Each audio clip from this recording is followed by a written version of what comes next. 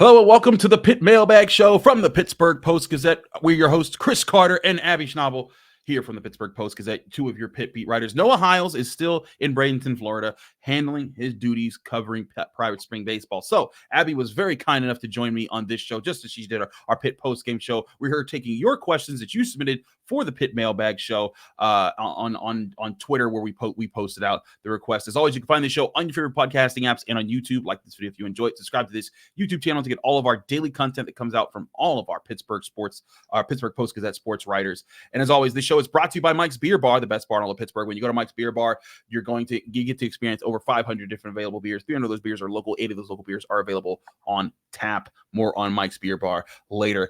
Abby, we're back on camera just a couple days afterwards. Full disclosure, we're recording this over the weekend on Sunday because we want to get ahead of things. I have to travel to Indy for the Combine. Noah's in Bradenton, so we're trying to all work around schedules, and Abby's covering 20 college basketball games a minute. So we're all very busy. So let's start off, Abby, with a big question that comes from one of our listeners, Jamal. Jamal asks, does Blake Hinson have a real chance to win ACC Player of the Year? And this is a very interesting question because Pitt has had some all-ACC players, Justin Champagnie, Jamarius Burton, and I think Blake Hinson's in the running to be, I think he's easily going to be an all-ACC player. But ACC Player of the Year, that's completely different territory. Yeah. What do you think are his chances there? So when I look at it, I think there are 5 guys that I'm kind of considering for this. You've got Reese Beekman from Virginia, RJ Davis at North Carolina, Kyle Filipowski, the preseason pick at Duke, PJ Hall at Clemson, and Blake Hinson. Oftentimes voters tend to put the person who scores the most points, Yes, which right now is where did it go? RJ Davis. He's leading with 21.0 points. Hinson's right behind him. Yes. Hinson's in second at 18.9. That's not a great judging factor because, sometimes you get a guy who isn't the leading scorer. It tends to go that way when you look across things, but that's not always the thing. I think Blake Hinson has a chance. I don't think it's a big one, simply because it also tends to go to the person whose team won the league. When you look at it from last year, the front runners were Isaiah Wong and Jamarius Burton because Miami and Pitt were 1 and 2. And then Pitt loses to Miami in the final weekend. Isaiah Wong gets it handedly. Could you have argued that Jamarius Burton was the best player in the ACC? For sure.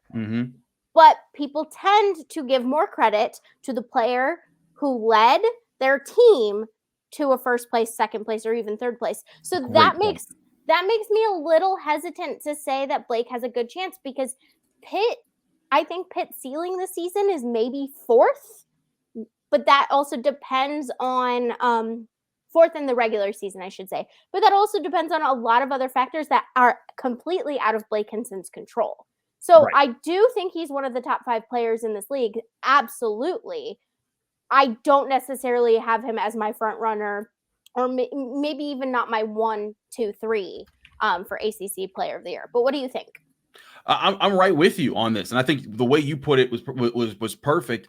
When voters look at this, and I'm an ACC voter, I vote on the players that win Player of the Week, Rookie of the Week, and so on and so forth. But yeah, I think people are going to look at who was the best team and who was the best player on the best team. And did that best player on the best team lead the league in scoring? That's a lot of things that add up in RJ Davis's favor. And look, North Carolina, if they fall out a little bit and Duke supplants them, maybe that changes the narrative here because I think everyone's kind of coming down. There's like 3 to 4 games left for every team. North Carolina is currently in first place, 13-3 in the ACC. Duke's at 12-4. They're right behind them. And I think they play each other at the end of the regular season. I might be mistaken there. I haven't looked at their schedules, but point being, there's opportunity here for RJ Davis to make some mistakes. And there's also opportunities for Blake Hinson to close the gap. Like if Pitt walks into Clemson and beats Clemson and Blake Hinson's a big factor in that, and he has another 30 plus point performance, that'll change some narratives, because then he will also, because Pitt's in a different situation than North Carolina. North Carolina came in, they were a team that everyone respected. They knew, like, hey, if that team plays well this year, they're going to be tough. They've handled their business from start to finish. But Pitt's team that started 1-5 in the conference and has risen from the dead. Like, there was a point where people thought they were going to be in the bottom of the ACC all season long. Now they're fighting for one of the top 4 spots, like you said. That might get some votes. But to your point, the inside track belongs to RJ Davis, and that's going to be a tough hill to climb for Blake Hinson. But let's move on to a more national topic here than just the ACC. And this one comes from our friend Jamar. Jamar asks, should college basketball prohibit court storming, and how would they do it? And Abby, this was the huge topic when we were covering the Pitt game, because right before that game began, Wake Forest beat Duke in Wake Forest. It was a huge upset, and the fans stormed the court. But in the storming of the court, which, if you're paying attention to sports, this happened. It was a big deal. Kyle Filipowski gets caught up in the madness of the Wake Forest fans. He bumps into a bunch, and then he sprains his ankle. And now Kyle Filipowski, one of the best players in the ACC, last year's ACC Player of the Year, is injured, and we're not sure about the ramifications of that. And so this isn't the first time either. Caitlin Clark happened to her. What's your take on what should happen to court storming? And I like this point of Jamar here, because it's not just about should you ban it. I feel like that's the easy question. How do you ban it? Because you're talking about 10,000 people being stopped from rushing a court.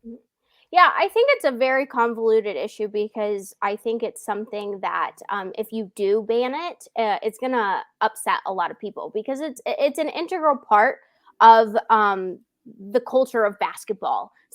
Specifically, we've seen this for years. Big upsets happen, and all of a sudden, everyone's on the court and players get jostled. And like you pointed out a couple weeks ago, Caitlin Clark spoke very vocally about it. Mm-hmm. It's a little annoying that only now is it getting more national attention that it was Kyle Filipowski, but also Agreed. Fair, because Caitlin Clark didn't get injured. Kyle Right. Filipowski's having an MRI. And so I think it's I don't know if it's something they should prohibit, but I think it's something that needs to be regulated. After the Caitlin Clark thing, I saw a lot of discourse about there are teams out there that have regulations with their fans about, okay, you can storm the court if it warrants it, but you have to wait until the opposing team is off of the court. And I think that's a fair way to do it. But as you pointed out, that's really difficult to navigate, because you saw, the clock hadn't fully even run out when the Wake Forest fans started to come out. And so how do you regulate that? And I think a lot of that has to do with how much does your fan base respect your program and respect the rules set in place. And I think that's a good time to point out, the Oakland Zoo doesn't storm the court. Theirs is a little different, because they say we expect to win in the home court, so why would we act like this is a surprise? And I think that's a very class act way to handle it. But it's just, if say the Oakland Zoo was used to storm the court, whatever, and was told you can only storm the court when after the opposing team is gone, I think the Oakland Zoo would listen to that. So I think I don't think it's something that should be prohibited, because I do truly think it is something that is such a big part of the fan base and culture of college basketball.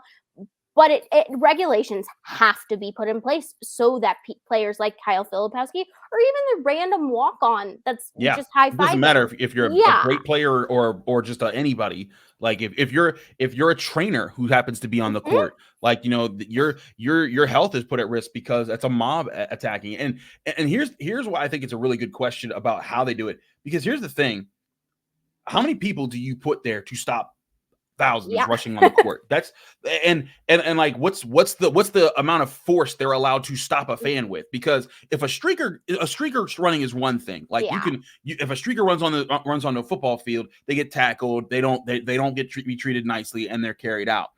But you can't have more security guards than people at a basketball game. It can't happen. And if a group of people push through them, that's a whole nother thing. Now you can, set up a wall of them and deter them. And if they break through, then maybe you're like, hey, that's serious charges. I feel like that's the only way this works, is if like the NCAA, not the ACC, the NCAA and like law enforcement is like, we will use technology of the cameras in the arenas to figure out who you are. And if you take the court when we are telling you not to, we will ban you from the arenas. You will never be allowed back to watch a college basketball game. And then, but then again, it gets real touchy. Yeah. This is, I think it's easy to say they shouldn't do it. It's like, they should. It's tough to say how this should be policed. And I think that's where the conversation needs to be moving forward. Absolutely. It's just, like I said, it's a convoluted issue because it is something you don't want to take away, but how do you police it? There's truly no way that works properly. It makes me think of the first ever MVC tournament I covered when I was at Loyola. They allowed the students of the student section to come out onto the court to celebrate with the team after they win.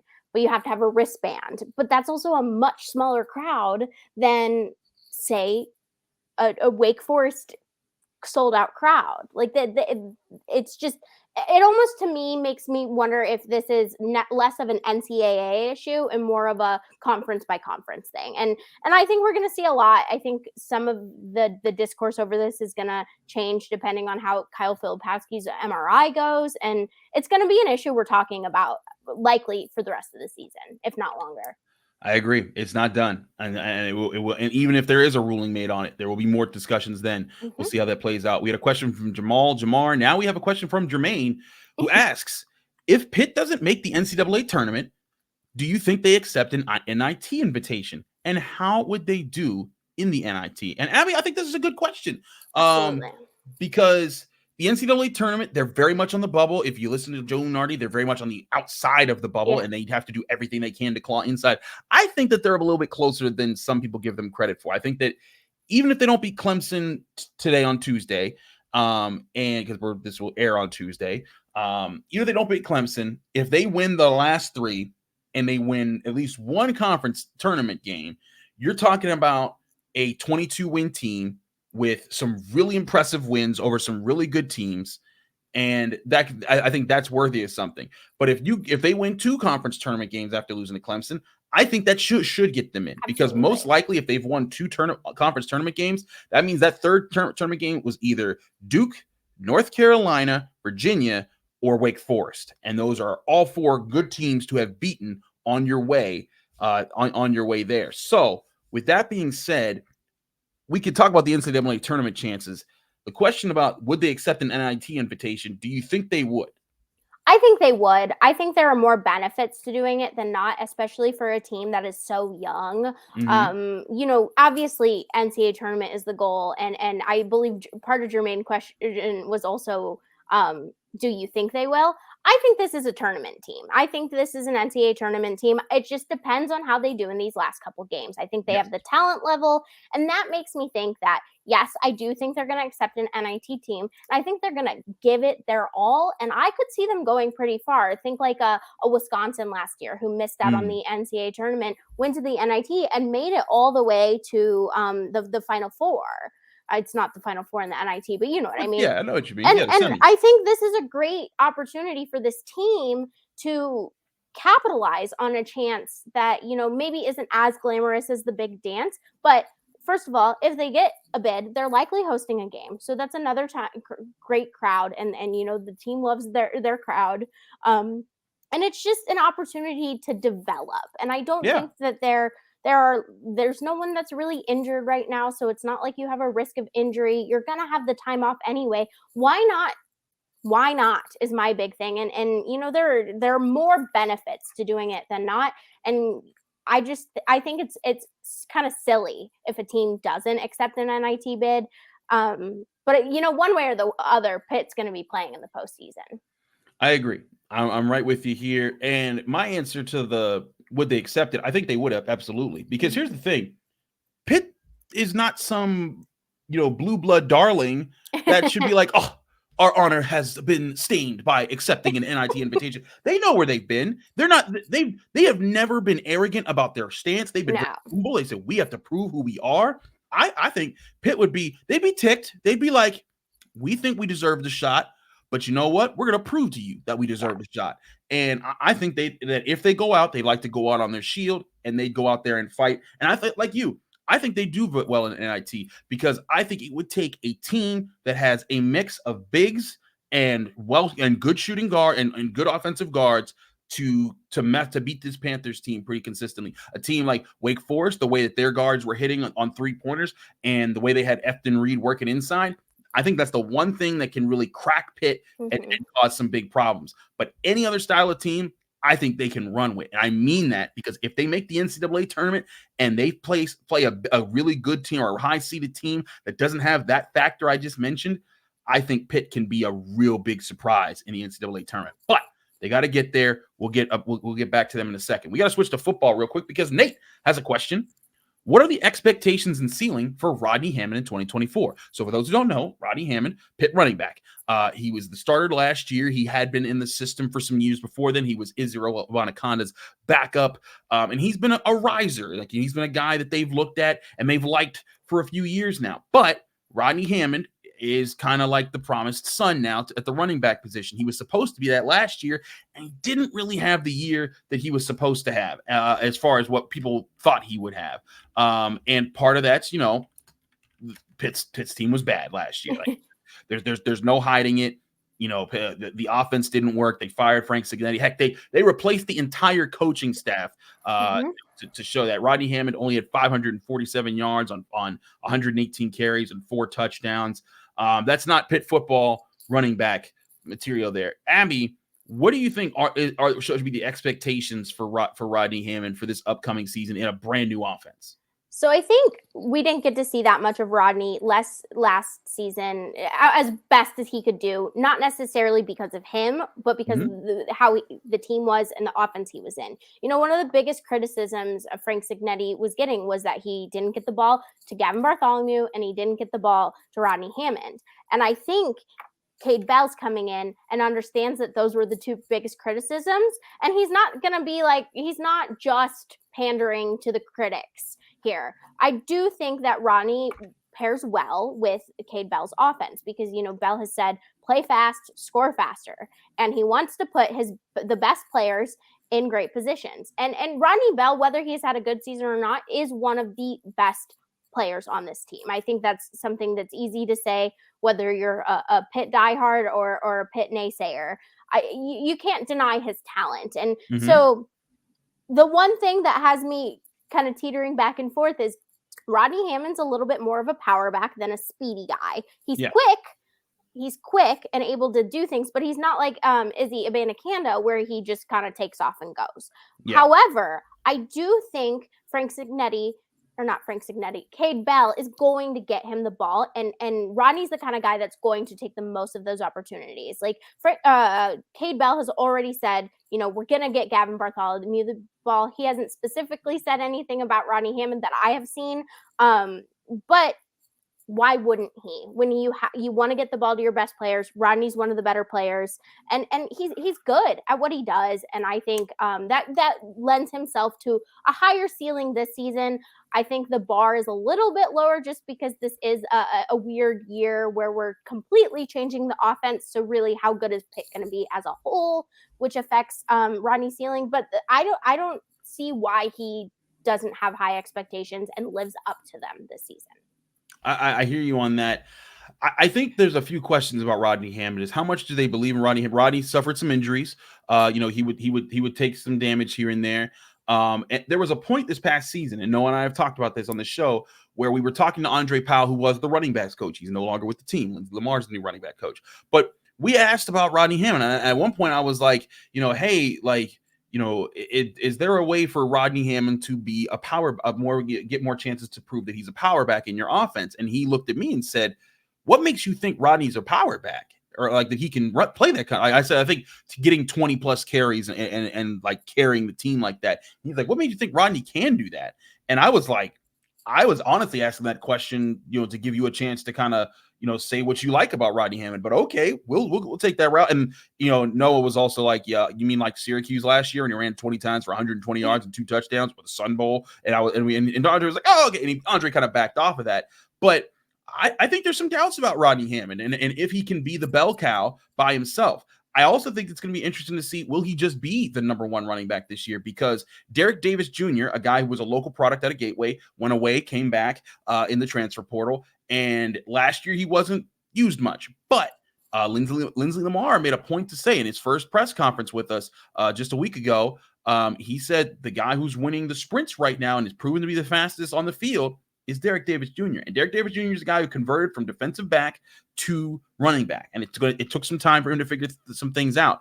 Now that he's fully invested there, how good could he be? Could he bring the home run speed that maybe Cade Bell wants?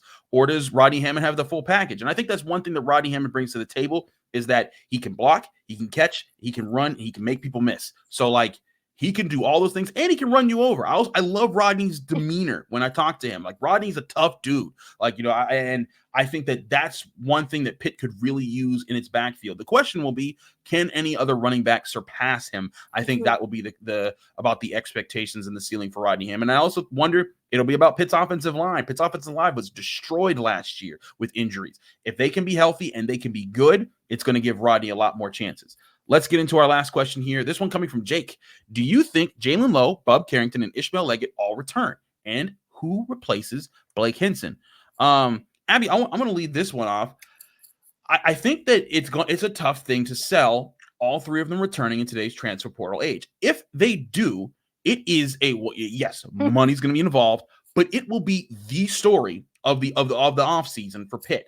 And I mean, bigger than whatever happens in spring football. If this team does well, even if this team doesn't go to the NCAA tournament at the end of the season, if Lowe, Carrington, and Leggett are all back next year, it is a game-on sense of mentality. And because you're presuming Papa Conte will be playing next year, and the guy the forward who was injured going into this season, you're presuming that you're probably able to keep maybe like the twins and Fetty around. You'll see who else transfers, and see who else moves around, but. If they kept the big three at the guard position, it'd be very interesting, especially with a guy like Brandon Cummings coming in and adding to that mix there and giving them a little bit more depth if he plays. And also Marlon Barnes, who's a small forward, he'll be no longer redshirting next season. So I think it's going to happen. If I was to bet on either side, I would say no, because I think at least one player, Bob Carrington, might go to the NBA.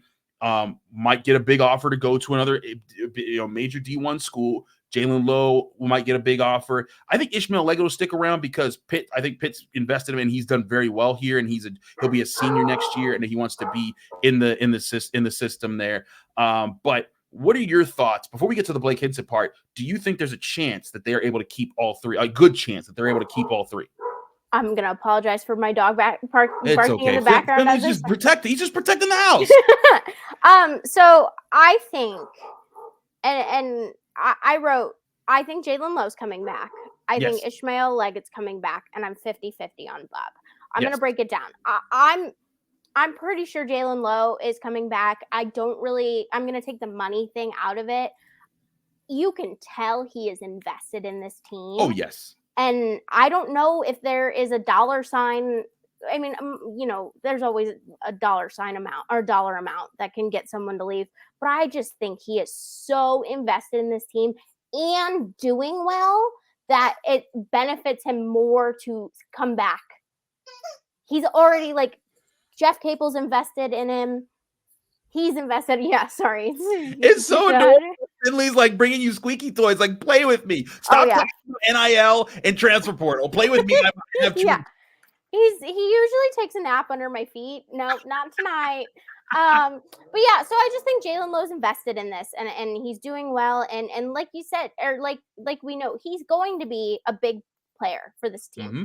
Ishmael Leggett, I say yes. I think a lot of that has to do with if he did transfer, he'd have to deal with the being a second-time transfer and waivers and all of that nonsense. Where we've seen, I mean, Noah and I have talked about it a lot about West Virginia having to deal with that with Rayquan Battle, and I just don't know if Ishmael Leggett wants to deal with that one. And I think he knows he's got a good thing happening here. He does. I mean, he's averaging 12.2 points, 5.3 rebounds, leading the team in steals too. He knows his role on this team. Yeah. And that's not going to change.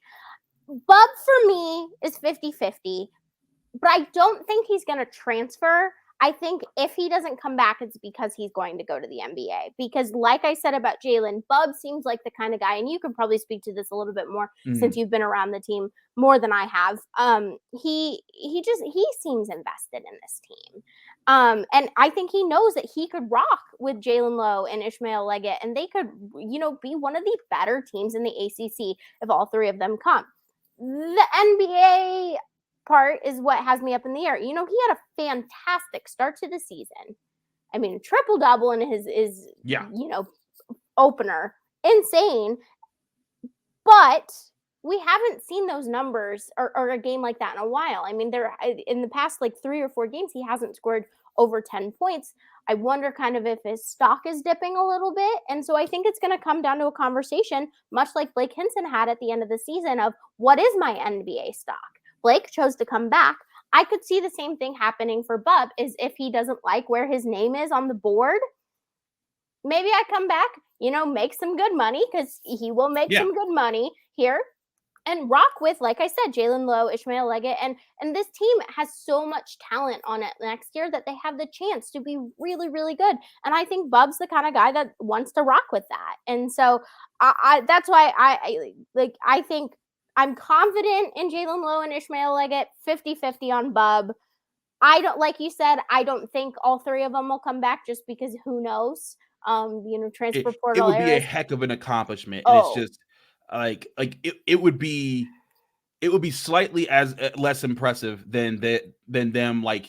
You know what? I'll put it this way to you: more likely that they all three return, or more likely that this team makes the Sweet 16 this year. Yes, right now. I'm going to say more likely than all three of them return. Okay, there we go. I think that's a good way to put the argument in people's heads. Last point here: who replaces Blake Hinson? Now, I'm going to say this before we get started to this: we have no idea what the transfer portal looks like, and it is the wildest thing. Everybody's going to declare. Pitt's going to have people declare. Every team's going to have. There's going to be superstars that you've probably seen, and you're like, wait a minute, that guy's in the portal. They got to go get him. There's going to be so many different ways to attack this team and to attack this thing. And this is with presuming if they keep Fetty, if they keep the twins, if they keep there's a guy like Will Jeffers come back, because I think he has 1 year left. There's a guy like Zach Austin come back, because he has 1 year left, I believe. And those are not givens. And if those guys return and Papa Conte's sticking around, and you have some bigs there, do you want to add a Blake Hinson type in the portal, or do you want to say, hey, let's see if Austin can kind of play that role and be like a glue guy, and we just get a really good big to pair with Papa or Fetty or whoever? Yeah, so the way I thought about this, originally I read the question as who replaces Blake Hinson as the number one guy on the team, and I don't think that's coming from outside of the transfer portal. I think it's going to be one of the guys we already have on this team. I think it's an easier sell this time around. Last off season was a little bit more difficult to navigate, but there is a big role part on the table, whether or not they're starting or coming off of the bench. The one thing that we also have to remember is teams who don't make the NCAA tournament actually fare better in the transfer portal than teams that don't, just because they have the immediacy of it. Right. So in a way, if you're wanting to get one of these really, really, really good guys, maybe you don't want to go to the NCAA tournament, but that's always the goal. So that's not a factor they're considering. That's just one I'm thinking about. So when I think of a guy who's going to replace Blake Hinson, I don't think you need to replace exactly what Blake Hinson does, because here's the thing: is the team leadership aspect that he brings is his biggest value to this team, and you're not going to get that outside the portal. So I think get a really talented player. Maybe it's one of the guys from a mid-major, who led his team, or maybe it's a bench player from a Power 6 school. I don't think you need the star power of Blake Hinson back by filling this directly. I think that's going to come from the guys that are retained from last season. So I think, still need a forward, need someone who's going to be able to come in and give a pop. I think, makes me think of Greg Elliott. A guy like Greg Elliott would be a great person to bring in. I know Greg was a guard, so it's a little bit different, but someone who's going to come up provide a spark and play their role. That's what they need more than anything. I agree. They need someone who's going to play a role. And listen, like, it's going to feel real empty without the superstar Blake Hinson on your team. But let's say in this scenario, Lowe, Jaylen, Bub, Leggett all return. That's star power right there.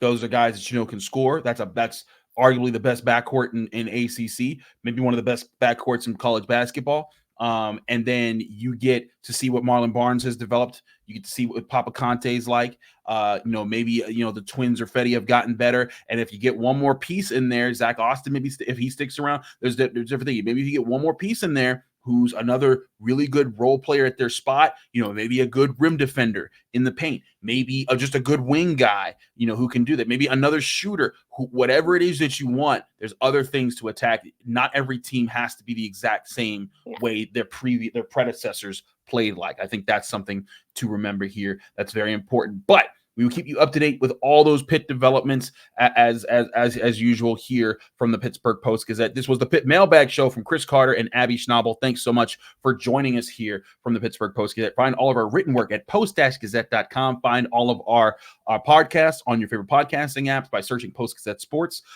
Find our videos right here on YouTube. Like this video if you enjoy it. Subscribe to this channel to get all of our daily content from all of our sports writers that comes out every day. And big shout out to Mike's Beer Bar, the sponsor of this show. Mike's Beer Bar brings you this episode. They're the best bar in Pittsburgh. When you go to Mike's Beer Bar, they're on Federal Street, right across the street from PNC Park. And when you're there, you get to try over 500 different available beers. 300 of those beers are local. 80 of those local beers are available on tap. And when you're sipping on those, you're also enjoying over 20 televisions that you can even reserve to have even the most obscure sporting event that you have on. If you want to see Duquesne women's basketball, they will find a way to put it on. So go to Mike's Beer Bar today to get your ultimate sports experience and experience the best bar in Pittsburgh. And when you get there, tell them Chris sent you. Pitt plays Clemson, 7 p.m. Tuesday night. It's going to be a huge game, a huge quad one win opportunity for Pitt. If they come out of that could be a big turning point of this season that determines that that gives them a big boost to have a chance in the tournament, or puts their backs up against the wall to have to finish extremely strong to make their chance at the big dance. We'll keep you updated either way with the Pitt Post-Game Show right here from the Pittsburgh Post-Gazette. Thank you for checking out this content from Post-Gazette Sports. If you watch this video on YouTube, please like the video and subscribe to our channel. For all of the sports coverage the Post-Gazette has to offer, visit post-gazette.com.